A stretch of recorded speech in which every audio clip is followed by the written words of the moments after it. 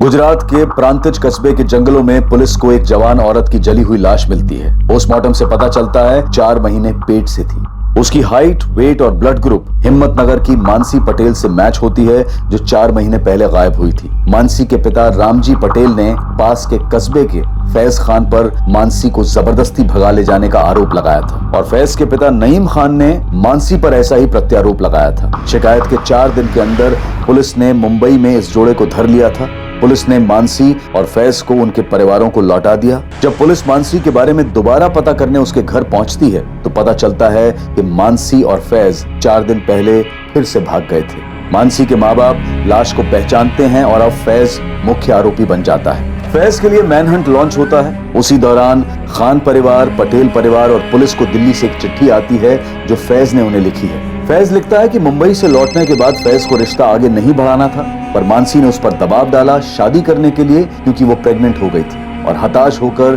फैज ने मानसी का कत्ल कर दिया और उसकी लाश को प्रांतिज के जंगलों में जलाया और उसके बाद वो खुदकुशी कर रहा है। हिम्मतनगर पुलिस को उसकी एक सहेली शालू से हुई मैसेजिंग हाथ लगती है। फैज ने एक मैसेज में शालू को कहा है कि उसके और मानसी के रिश्ते का डर फैज को अपने छोटे भाई साहिल से भी था। अब पता चलता है कि साहिल दरअसल मानसी से पहले से प्रेम करता था। इतने में साहिल भी घर से फरार हो जाता है और पुलिस उसकी खोज में लग जाती है। हितेन खबरी से पता चलता है कि साहिल इधर हिम्मतनगर में है और उसे पकड़कर पुलिस स्टेशन लाया जाता है। साहिल बताता है कि जब पहली बार मानसी और फैज रात भर घर नहीं लौटे थे, ने मानसी और फैज के रिश्ते को तोड़ने के लिए रामजी पटेल को कॉल के जरिए ये बताया था कि मानसी और फैज एक दूसरे से प्यार करते हैं। साहिल ये भी बताता है कि उसने खुद भी मानसी को अपने प्यार के बारे में बताया था, लेकिन मानसी ने साफ इनकार कर दिया था, ये कहकर कि वो सिर्फ उसका अच्छा दोस्त है। उधर रामजी पटेल और नईम खान स्वीकार करते हैं कि उन्होंने बब्बन और लखन को पैसे दिए थे, लेकिन सिर्फ मानसी और फैज को ढूंढने के लिए।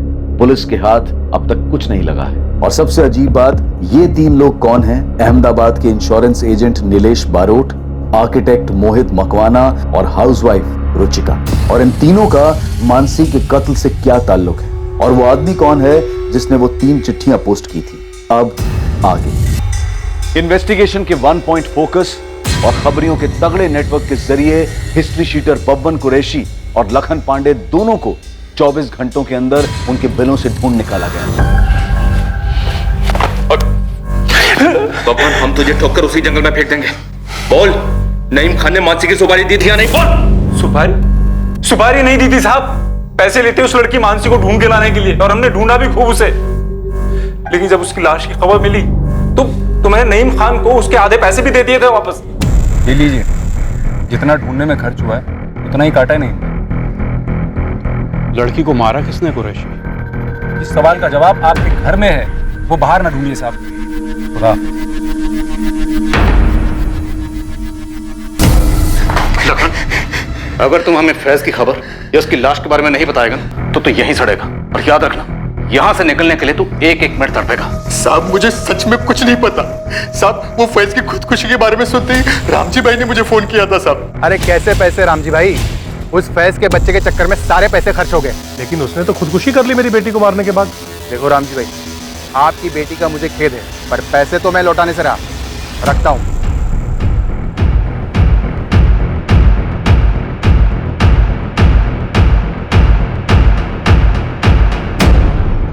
हिस्ट्री शीटर्स ने नईम और रामजी के बयानों का पुष्टिकरण किया था, पर पुलिस फिर भी उनके साथ कोई चांस नहीं ले रही थी और ना ही साहिल को क्लीन चिट दी जा रही थी।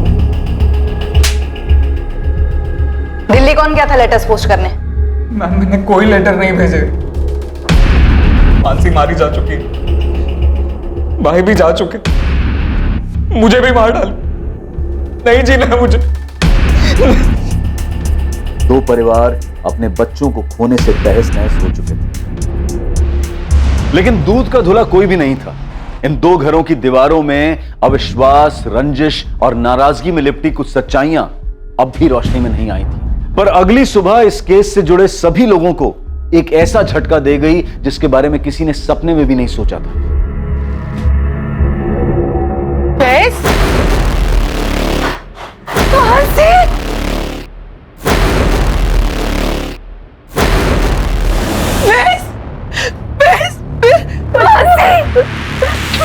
तू ठीक है ना?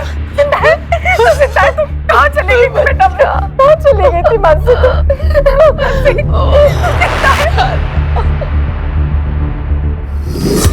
तीसरी बार भागकर हम भोपाल गए थे सर। वहाँ एक कार सर्विस सेंटर में मेरी जॉब लग गई और अब हमने कोर्ट मैरिज भी कर ली। खबरें पढ़ने का टाइम ही नहीं था और इच्छा भी नहीं। फैज खान उम्र 25 हिम्मतनगर गुजरात से फरार है। इस पर 4 महीने की प्रेग्नेंट लड़की मानसी पटेल के कत्ल का आरोप है जिसे वो भगा के ले गया था।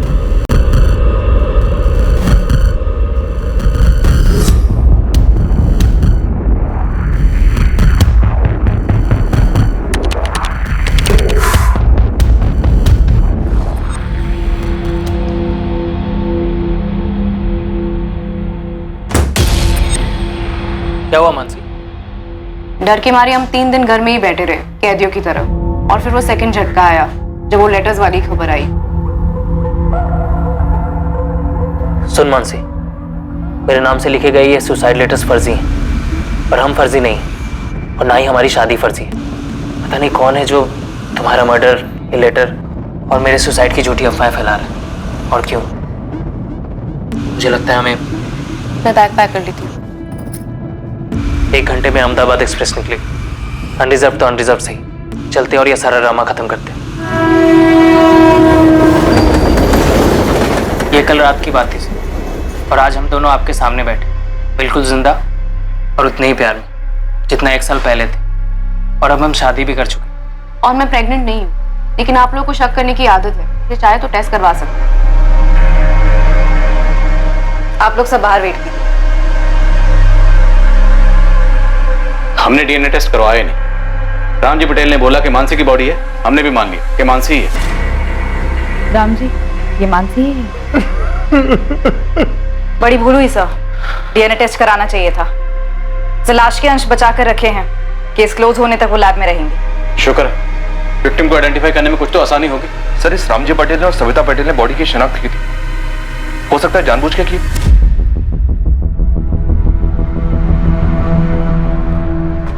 रामजी, सविता और मानसी, आप लोगों को सर ने अंदर बुलाया है।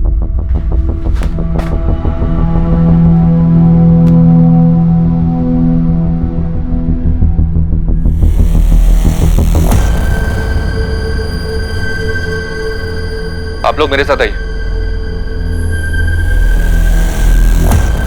मानसी, क्या लगता है तुम, वो चिट्ठियां लिखकर फैज को कौन फंसाना चाहता हो?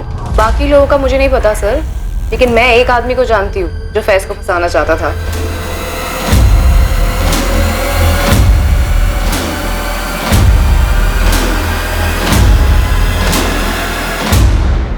पापा मेरा फोन दो प्लीज। खा कसम कि आज के बाद तू उस कमीने लड़के से नहीं मिलेगी।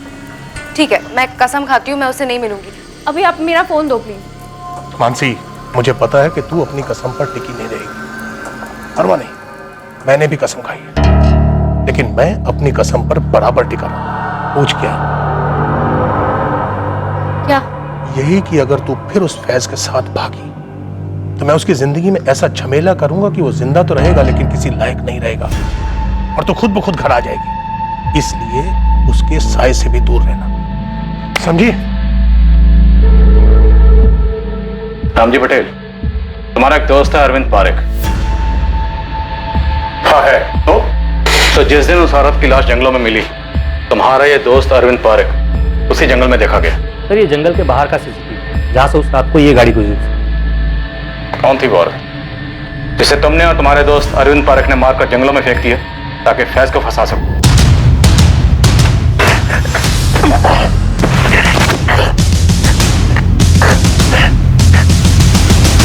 अरविंद, मुझे निकलना होगा।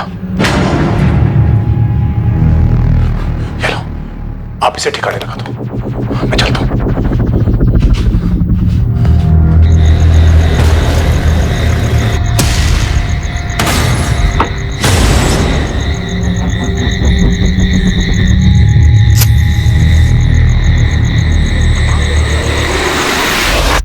ये क्या बोले जा रहे हैं? मेरी बेटी ने कुछ बोल दिया तो आप कहानियां बनाए जा रहे हैं? चिट्ठी अरविंद भेजता है दिल्ली से, या उसका वहां आना जाना लगा रहता है? फैज, तुम और मानसी जब से हिम्मतनगर से निकले कहाँ कहाँ रुके, किस किस से मिले, कौन कौन से फर्जी डॉक्यूमेंट्स बनवाए, किसके जरिए बनवाए, भोपाल में घर कैसे मिला, जॉब कैसे मिला, सब कुछ एक एक करके लिखवाया। लेकिन सर मेरी डिटेल से उस लवारिस लाश का क्या ताल्लुक? शायद ताल्लुक है, इसलिए तो इतने सवाल कर रहे हो। तो भैंस बेटा जो साहब बोल रहे हैं वो लिख दे ना। साहब अब हमें जाने दीजिए। अब ये तो कोर्ट तय करेगा। ये आप लोग कहाँ जाओगे, घर जाओगे या जेल जाओगे? साहब कुरैशी भी बोल चुका है कि सुपारी नहीं थी। बोलने का क्या है नईम खान, बोलने को तो फैज ने भी कहा था ना तुमसे कि वो अहमदाबाद की किसी शादी में गवाह बना था। साहिल ने हमसे बोला था कि मानसी उसकी सिर्फ क्लासमेट है। मैं भी तो बोल सकता हूँ कि कुरैशी ने उस औरत को मानसी समझ के मार डाला। तुम तीनों ने मिलकर ये साजिश रची हो। अरे बेटा जैन साहब तो यूं ही कुछ भी बोले जा रहे हैं। वही तो नईम खान, बोलने से बात सच नहीं होती है, सच होती है सबूतों से और गवाहों से। सबूत हम कुरेद के निकाल लेंगे और गवाह जहन्नुम से ढूंढ निकालेंगे। समझ में आया? इस अरविंद पार्क को तो हम ढूंढ ही लेंगे, इसे ढूंढेंगे, इसे तोड़ेंगे और ये बोलेगा। याद रखना, अगर हमें पता चला कि ये सब कुछ तुम्हारा किया धरा है, तुम बच नहीं पाओगे। मैंने बस एक बेवकूफी की है, जो उस लखन पांडे को पैसे दिए थे फैज को ढूंढने के लिए। इसके अलावा और क्या किया मैंने? मेरी बेटी तीसरी बार घर से भागी थी, उसकी शिकायत लेकर मैं इसी पुलिस स्टेशन में आया था, लेकिन आप लोगों ने मुझे पकड़ा दिया और फिर उस लाश को मानसी की लाश बताया। किसने? आपने। मैंने बस मान लिया कि वो मानसी। सर जरा सोचिए, अगर अरविंद ने और मैंने उस औरत को मिलकर मारा फैज को फंसाने के लिए, तो क्या हमारी इस चाल में प्रांतिज के पुलिस वाले भी शामिल थे जिन्होंने उस लाश को मानसी की लाश बताया? क्या आप लोग भी शामिल थे जिन्होंने उसको मानसी बताया, ताकि मैं यहां आकर मुंडी हिला हिलाकर कहूं कि हाँ ये मानसी है, हाँ ये मानसी है? तो मैं शू बात करूं चुसा।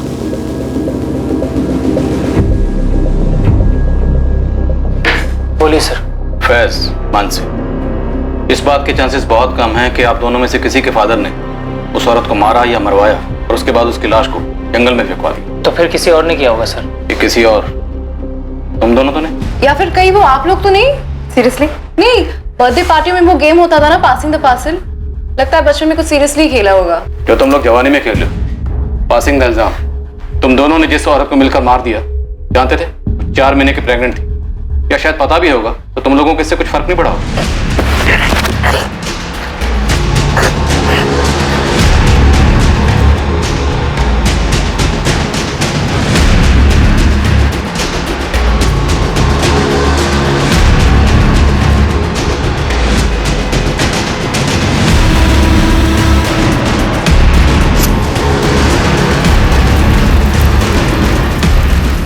फिर अपने किसी दिल्ली के दोस्त से वो लेटर्स लिखकर पोस्ट करवाए।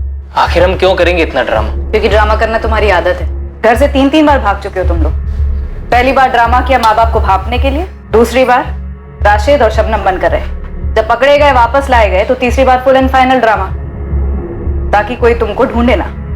क्यों नहीं हो सकता? नहीं हो सकता, क्योंकि हम कोई टेढ़े मेढ़े मर्डर करने वाले लोग नहीं है, हम कोई क्राइम शो के फैंस नहीं है, हम लव स्टोरी के फैंस हैं। क्या मारी गई औरत की भी कोई लव स्टोरी थी? और अगर थी तो वो लवली और स्वीट तो कतई नहीं थी। और उस औरत का खान परिवार, पटेल परिवार, मानसी और फैज, इन सब से आखिर क्या ताल्लुक? फैज और मानसी को सेफ हाउस दिया गया है, ये एड्रेस है। करना क्या मैडम? इन दोनों पर साहिल खान, मुमताज खान और सविता पटेल, इन सब पर नजर रखनी है।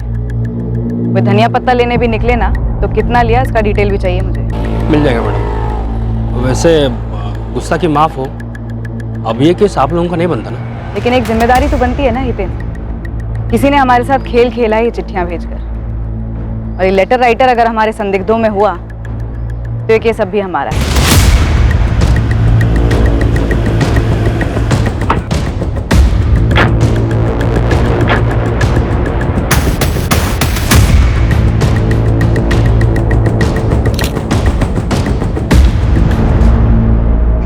हमने इस अरविंद पारिक की हिस्ट्री निकाली, क्राइम की रात की मूवमेंट भी ट्रैक की।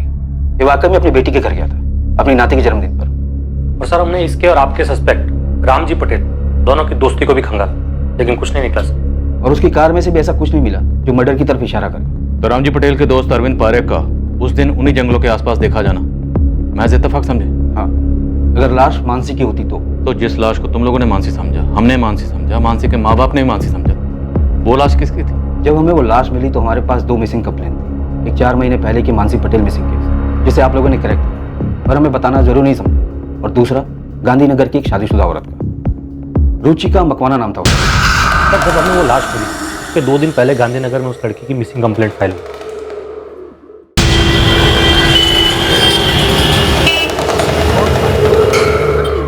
किसी पर शक? जी, उसका पति मोहित मकवाना। रुचिका को डिवोर्स चाहिए था और उसका पति मना कर रहा था। दोनों के बीच में मारपीट भी हुई थी। उसने रुचिका को जान से मारने की धमकी भी दी थी सर। ये मोहित करता क्या था? आर्किटेक्ट है। फोन नंबर और पता?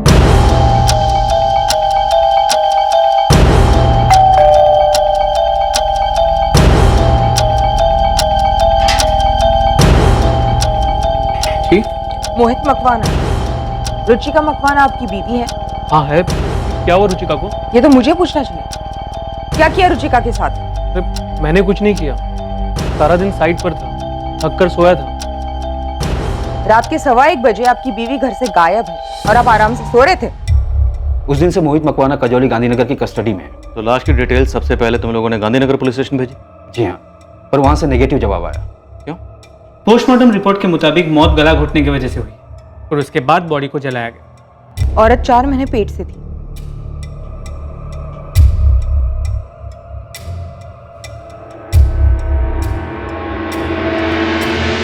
तो ये आपकी बेटी रुचिका नहीं है? हमारी रुचिका प्रेग्नेंट नहीं है सर। सर अभी शादी को 1 ही साल हुआ है।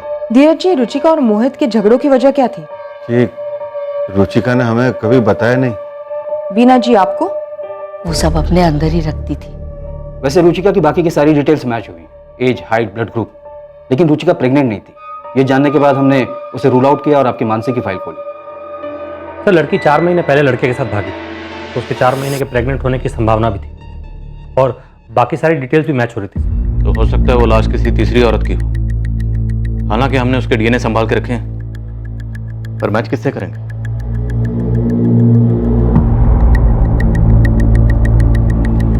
हो सकता है सर लाश को किसी और जगह से लाया गया और उसे जलाकर प्रांतिश में फेंक दिया हो। गरीब औरत होगी, आगे पीछे कोई नहीं। हमारे संदिग्धों में से किसी ने मारा, हमें गुमराह करने के लिए। ये जली हुई लाश फैज और मानसी के केस से कनेक्टेड तो बिल्कुल है। भले इस वक्त हमारे पास कोई पुख्ता सबूत नहीं है, पर वो लेटर्स उन्हें नजरअंदाज नहीं कर सकते। वो पक्का किसी साजिश का हिस्सा।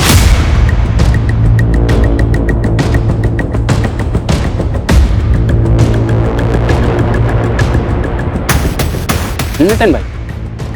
जी भाई, राजू भी साथ में ही है। हाँ बोल बल्लू, क्या खबर? गर्मा गर्म चाय। फैज, कहाँ जा रहे हो तुम?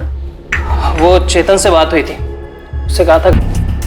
हेलो हेतल, मानसी। हाँ हाँ सब ठीक है। सुनो ना, वो फैज गराज आने वाला था क्या? नहीं मतलब आने वाला था। नहीं ऐसे ही पूछ रही थी। मैं रखती हूँ। हाँ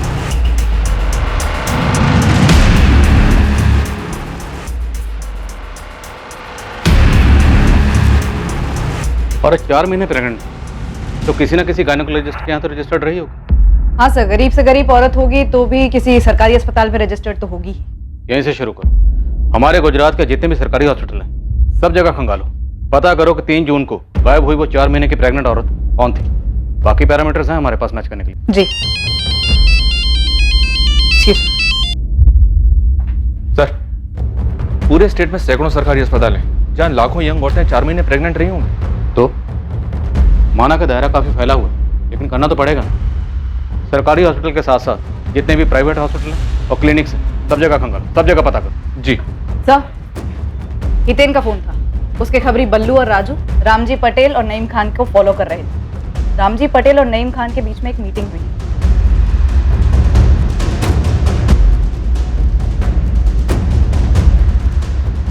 दोनों को मिलकर अभी तोड़ते हैं। हो सकता है दोनों ने मिलकर उस औरत को मार डाला। तोड़ेंगे परेश, पर अभी नहीं। अब नहीं। हितेन और उसके खबरों से कहो कि नजर बनाए रखें, पता करें कौन कौन किस किस से मिलता है। ठीक है सर।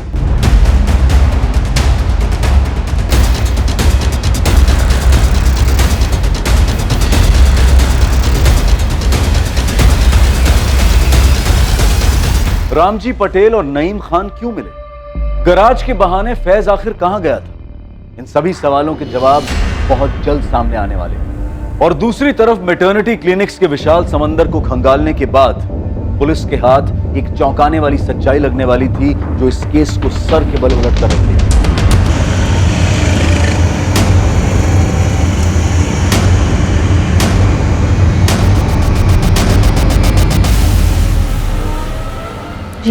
ये रुचिका मखमाने मेरी पेशेंट ही थी। कौन सा ट्राइमेस्टर था इसका? दूसरा स्टार्ट हुआ था और मेरा लास्ट अपॉइंटमेंट इसके साथ 11 मई को हुआ था। रुचिका सब कुछ एकदम नॉर्मल है, बच्चे की ग्रोथ भी एकदम परफेक्ट है। बस मैं तुम्हें कुछ सप्लीमेंट्स लिख देती हूँ, उन्हें तुम टाइम पे लेती रहना, बाकी तो सब नॉर्मल है। डॉक्टर, अगली सोनोग्राफी की डेट क्या है? रुचिका, नेक्स्ट मंथ 3 जून को तुम्हारे 4 महीने पूरे हो रहे हैं, तो वो डेट ठीक रहेगी तुम्हारे लिए? जी, थैंक यू। फिर 3 जून को तो वो आई ही नहीं। हमें उसकी बॉडी 3 जून को ही मिली, तो अगर ये लाश रुचिका की थी तो उसका मर्डर 3 जून को ही हो गया होगा। रुचिका ने कभी आपसे कोई ऐसी बात कही कि उसकी फैमिली बच्चे से खुश नहीं थी? नहीं, मुझसे तो उसने कभी भी ऐसी कोई बात डिस्कस नहीं की थी। खुश लगती थी हमेशा, एकदम नॉर्मल।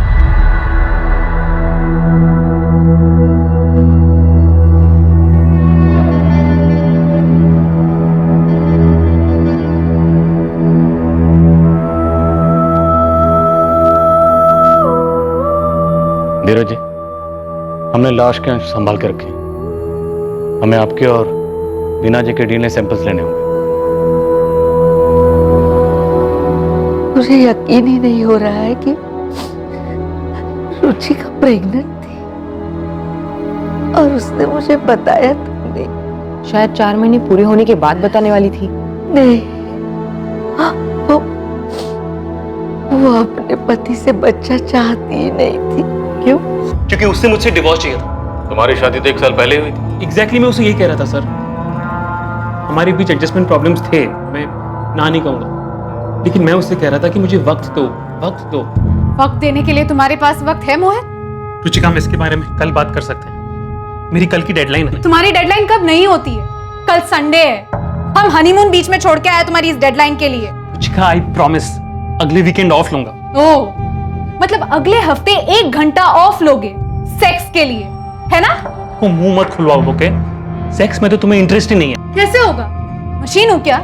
कोई रोमांस नहीं, कोई घूमना फिरना नहीं, शॉपिंग नहीं, मूवी नहीं, डिनर नहीं। हम एक टीवी शो तक साथ में बैठकर नहीं देखते, बातचीत तक नहीं होती है हमारे बीच में, तो फिर कैसे होगा? हाँ, तो चिल्ला क्यों रही हो? किसके फायदे के लिए? पूरी दुनिया को हमारे मैरिड लाइफ का फ्री अपडेट देने के लिए? मैरिड लाइफ वो क्या होता है? मैरिड लाइफ में जस्ट शट अप, ओके? कब से फालतू की बातें किए जा रही हो? बदतमीज। हर दूसरे दिन हमारे बीच ऐसे झगड़े होते, पूरे मोहल्ले को सुनाई देते। और रही बात उसकी प्रेगनेंसी की, ये नामुमकिन है, मिस्टेक हुई आप लोगों से सर। इतने दावे के साथ कैसे कह सकते? क्योंकि उसे मुझसे बच्चा नहीं, डिवोर्स चाहिए था।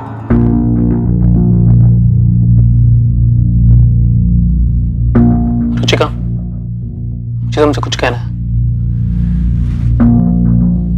मुझे भी। रुचिका, देखो, मैं सोच रहा था कि हमारे बीच इतना टेंशन है, अगर हम बच्चा करें तो शायद चीजें बेहतर हो। हाँ मोहित, मैं तुमसे कहने वाली थी मुझे डिवोर्स चाहिए। मैं अब और ऐसे नहीं रह सकती। ऐसे नहीं रह सकती मतलब? हाँ? मैं कि तुम्हें टॉर्चर करता हूँ जो तुम ये ड्रामा कर रही हो? तुम्हें पूरी जिंदगी ना यही रहना होगा मेरे साथ, इसी रिश्ते में। जिंदगी भर? 6 महीने में अगर तुमसे डिवोर्स नहीं लिया ना, तो मेरा नाम भी रुचिका नहीं।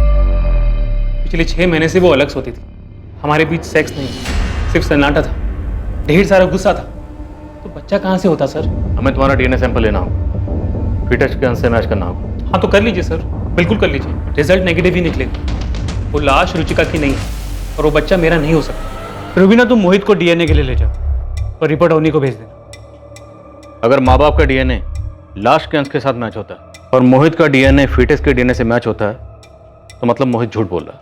तोड़ेंगे उसे, बुलवाएंगे। और अगर मोहित का डीएनए फीटस के डीएनए के साथ मैच नहीं होता, तो फिर इसका एक ही मतलब, रुचिका का किसी के साथ अफेयर था। और इसीलिए शायद वो इतने अर्जेंटली मोहित से डिवोर्स मांग रही थी।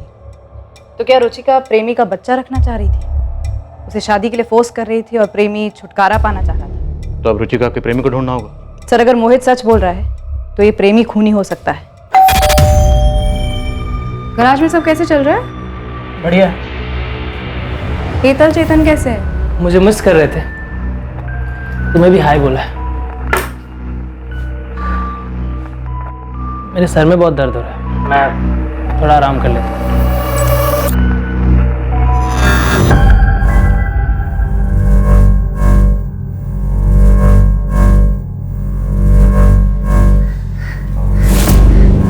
फोन पे फोन किए जा रही थी मैं। कहाँ गए थे आप? दुकान पर भी नहीं थे? एक जरूरी काम था।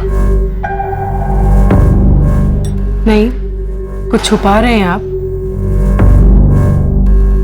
आपने मुझे बताया नहीं कि आपने मानसी को धमकी दी थी कि आप फैज को फंसाएंगे।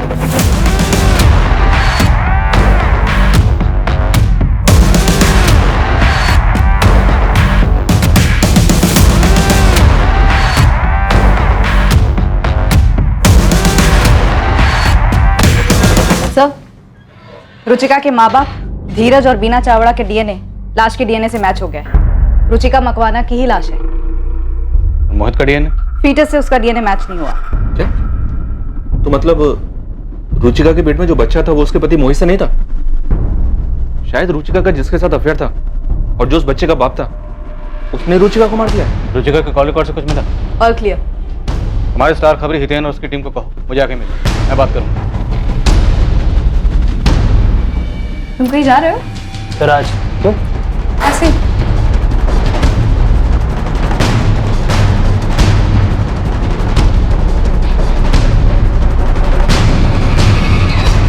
साहब, अहमदाबाद और गांधीनगर में रुचिका के बॉयफ्रेंड ढूंढने से अच्छा होगा कि रुचिका के कॉल रिकॉर्ड चेक किया जाए। अरे वो तो हम कर ही लेंगे, पर आपके सारे केसेस फोन रिकॉर्ड से सॉल्व होंगे। अब तो स्टैंड अप कॉमेडियंस भी हमारा मजाक उड़ाने लगे। जरा सोचो, जब ये मोबाइल फोन नहीं थे तब केसेस कैसे सॉल्व होते? सूंघ कर, मैदान में कूद जाओ मैदान में।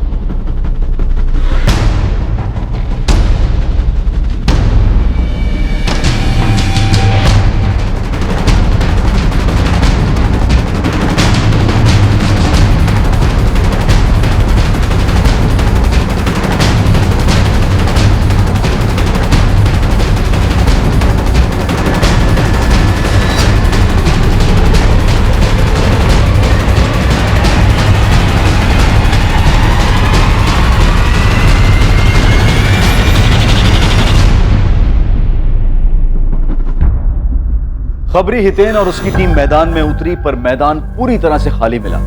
रुचिका के अफेयर का कोई नामो निशान नहीं था। दूसरी तरफ फैज के बर्ताव से मानसी बेहद परेशान थी। फैज उससे क्या छुपा रहा? फिर पुलिस को आखिरकार एक सुराग मिला, वो भी इत्तेफाक से।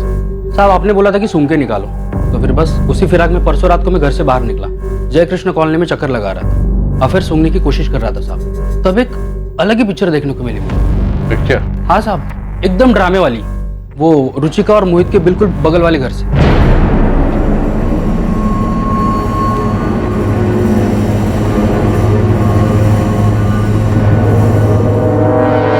से रुचिका के मर्डर की खबर आई है, तुमने तो अपना डिवोर्स का जाप ही करना बंद कर दिया। क्या हुआ?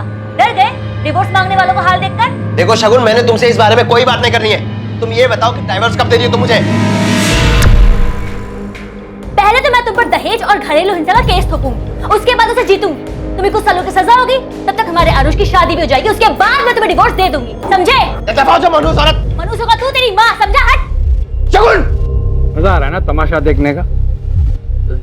जी नहीं, वो कुछ काम से मोहित साहब से मिलने आया था, पता चला वो। हाँ ठीक है, मैं भी यहाँ सामने ही रहता हूँ। कितनी रातों से मैं चैन से सोया भी नहीं।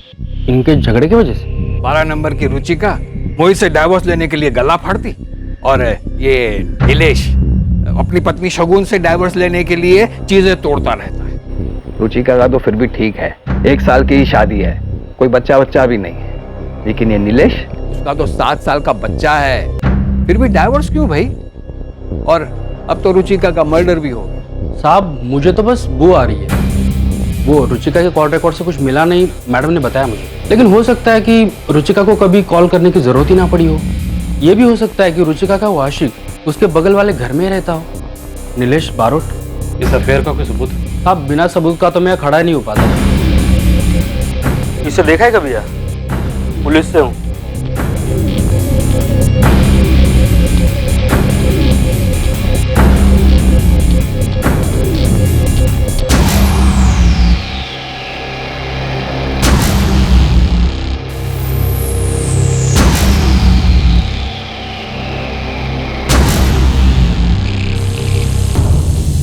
ये नीलेश का फोटो और ये नीलेश का नंबर। सब कॉल रिकॉर्ड भले ही साफ हो, लेकिन लोकेशन रिपोर्ट से बहुत कुछ हाथ आ सकता है। सर, ये अपना किलर हो सकता है। पर मुझे नहीं लगता इसने ये अकेले ने किया।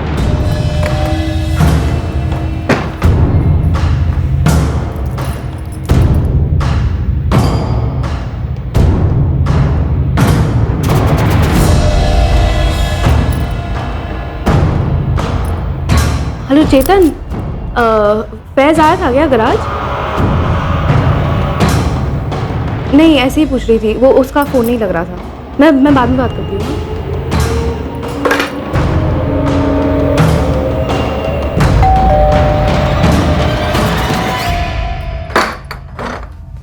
तुम गराज नहीं गए थे?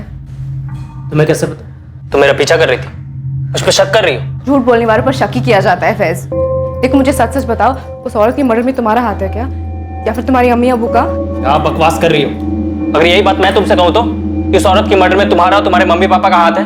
फैज झूठ तुम बोल रहे हो, तुम मुझसे कुछ छुपा रहे हो। अगर तुम अभी के अभी मुझे सच सच नहीं बताया ना तो मैं पुलिस के पास जा रही हूँ, मैं बता रही हूँ तुम्हें। मैं जहाँ जाना है जाओ।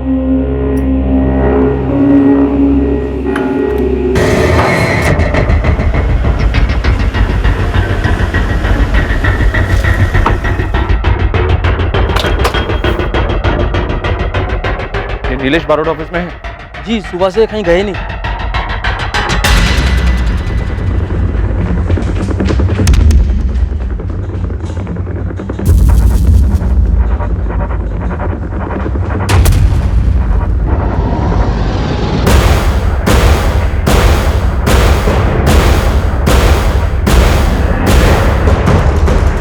Mansi, Mansi, Mansi,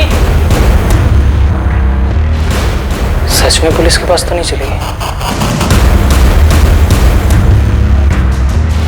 The number you have dialed is currently unavailable.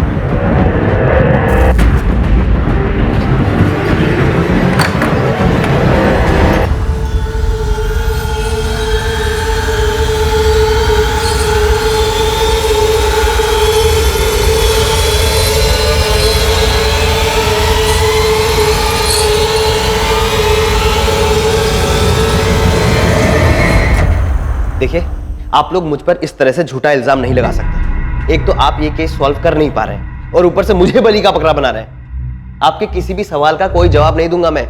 मुझसे आपको कुछ नहीं मिलने वाला।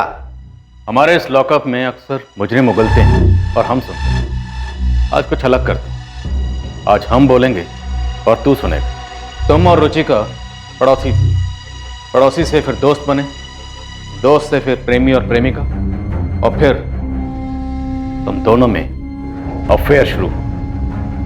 ज्यादा वक्त नहीं लगा होगा करीब आने में। सब ठीक चल रहा था, पर फिर रुचिका प्रेग्नेंट हो गई। शादी करना चाहती होगी तुमसे, और तुम्हारी बीवी तुम्हारे ऊपर केस करने की बात कर रही थी। तुम दोनों तरफ से फंस चुके थे और वक्त निकला जा रहा था। नीलेश, आज 4 महीने पूरे हुए। कल सोनोग्राफी है 6 बजे। मैं मोहित को सब कुछ सच सच बता देना चाहती हूँ। लेकिन रुचिका, उससे शगुन को भी तो सब कुछ पता चल जाएगा ना। उसने खुलेआम धमकी दी है, बोलती है केस ठोक दूंगी। और नीलेश, मैं अब और इंतजार करना नहीं चाहती। मैं सबको जल्द से जल्द बता देना चाहती हूँ कि मैं माँ बनने वाली हूँ, तुम्हारे बच्चे की, तुम्हारे साथ रहना चाहती हूँ। और वैसे भी कुछ दिनों में लोगों को दिखने ही लगेगा कि मैं प्रेग्नेंट हूँ। प्राणतीज में कुल मंदिर, वहां चल करके शादी कर लेंगे। कल? लेकिन तुम्हारी बीवी, वो केस? अरे वो सब छोड़ो ना।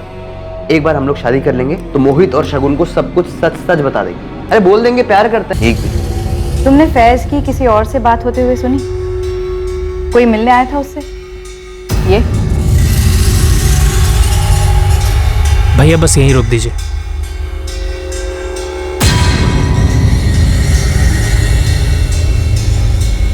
नहीं, मैं ऐसे नहीं जानती, लेकिन वो जरूर मुझसे झूठ बोल रहा है। वो कुछ जानता है जो मुझसे छिपा रहा है। सबूत की टेंशन मत लो बेटा, एक नहीं दो। तुम लोगों ने प्लानिंग तो बहुत तगड़ी की थी। रुचिका और तुम मोबाइल पर कभी बात ही नहीं करते थे, और रुचिका जब भी तुमसे मिलने ऑफिस आती थी तो अपना फोन स्विच ऑफ करके घर पर ही छोड़कर आती थी, है ना?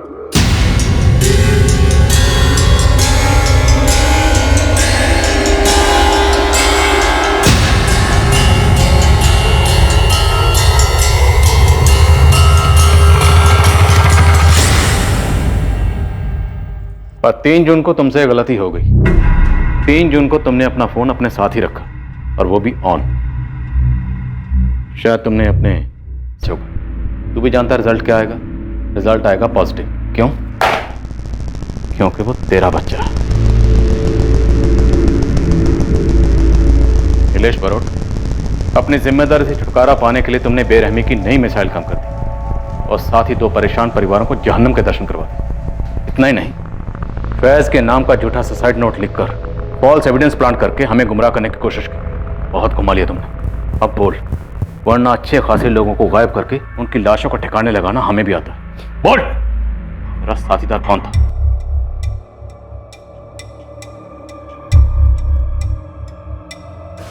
मानसी, प्लीज मुझे तुमसे कुछ बात करनी। Ma'am 1 minute.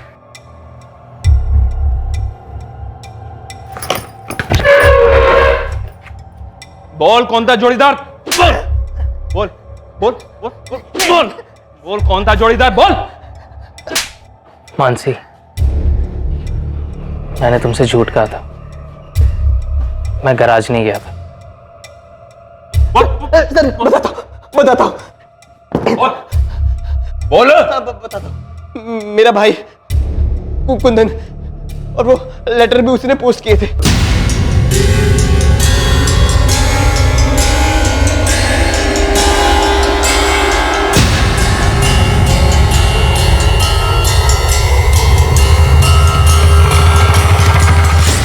फैज, तुम आखिर गए कहाँ थे?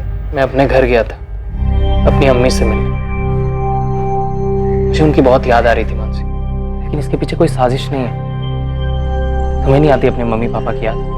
मैंने उसे धमकी दी थी क्योंकि मैं उसका भला चाहता हूँ, बाप हूं मैं उसका। लेकिन मानसी हमसे नफरत करती है। अब नहीं करेगी। मैं नईम खान से मिलने गया था। क्या? हाँ बोलो, क्यों बुलाया मुझे? नहीं, जो होना था सो हो गया। बच्चों ने शादी भी कर ली, अब हमें भी स्वीकार कर लेना चाहिए। इस सब में पुलिस भी हमें सुपारी देने वाला समझ रही है। जो मैं तो हूं नहीं, आपके बारे में मुझे पता नहीं। मैं भी नहीं, मैं तो बस अपनी बच्ची का भला चाहता हूं, जो आप भी चाहते हैं फैज के लिए, है ना? ठीक कह रहे हो रामजी भाई, इस बात पे मिट्टी डालते हैं। इन दोनों बच्चों की मर्जी कबूल कर लेते हैं। फैज, अगर इतनी सी बात थी तो तुमने मुझे पहले क्यों नहीं बताया? तुम्हें क्या लगा कि मैं तुम्हें तुम्हारी अम्मी से मिलने नहीं दूंगी? नहीं मानसी, ऐसी बात नहीं है। तुम अपने घर वाले से मिलने नहीं चाहती थी, और मैं नहीं चाहता था कि मुझे मेरे घर जाते तक तुम्हें बुरा लगे। लेकिन हमारा प्यार सच्चा है मानसी। लेकिन हमारे माँ बाप भी तो, जो भी हुआ अपनी जगह तो वो ठीक ही थे। बगावत हमने की, हमारा भागकर शादी करना सिर्फ उतना ही नहीं रह गया, एक मर्डर केस भी जुड़ गया। इतने परेशान हो गए ऐसे। मानसी, मुझे लगता है तुम्हें भी अपने मम्मी पापा से मिल लेना चाहिए। एटलीस्ट हम ट्राई करके तो देखें। माफी मांग लो, माँ बाप है, मान ही जाएंगे। नीलेश बारोट और उसके छोटे भाई कुंदन पर धारा 302 के तहत डबल मर्डर के चार्जेस लगे हैं, रुचिका के और उसके पेट में पल रहे बच्चे के मर्डर के जुर्म में। साथ ही धारा 120 के तहत सबूत मिटाने और पुलिस को गुमराह करने के चार्जेस भी लगाए गए हैं। मोहित मकवाना को जुडिशियल कस्टडी से रिहा कर दिया गया है और उसके खिलाफ सारे चार्जेस खारिज कर दिए गए हैं। रुचिका के पेरेंट्स को उसके अफेयर और उसके मर्डर की हकीकत को मानने में काफी समय लगेगा। फैज और मानसी ने हिम्मत नगर में ही रहने का फैसला कर लिया है।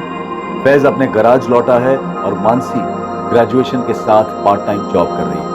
उन दोनों के परिवारों ने उन्हें सपोर्ट करने का फैसला किया है। अभी तक किसी भी बिरादरी के ठेकेदारों ने कोई खास आपत्ति नहीं जताई है।